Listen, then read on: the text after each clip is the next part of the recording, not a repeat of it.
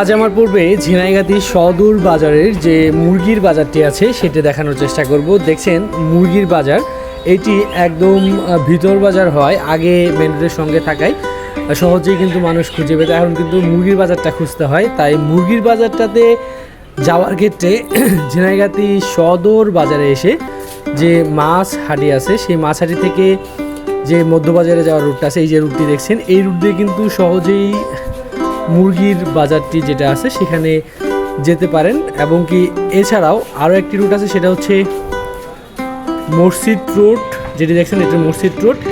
আর এই মসজিদ রোডের এই ভিতর দিয়ে একদম শুটকি হাটি, যেটা শুটকি হাটির মাঝখান দিয়েই কিন্তু মুরগির হাটিতে প্রবেশ করা যায়।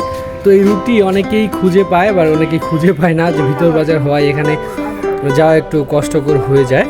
তো এটা হচ্ছে মুরগির বাজারে ঢোকার একদম দুইটা রাস্তা, এবং কি সেই সঙ্গে এই শুটকি হাটির এই দিক দিয়েও আসা যাবে, এবং কি এই যে গুস্ত হাটি যেটা আছে মাংস হাটি, এইখান দিয়েও মুরগির বাজারে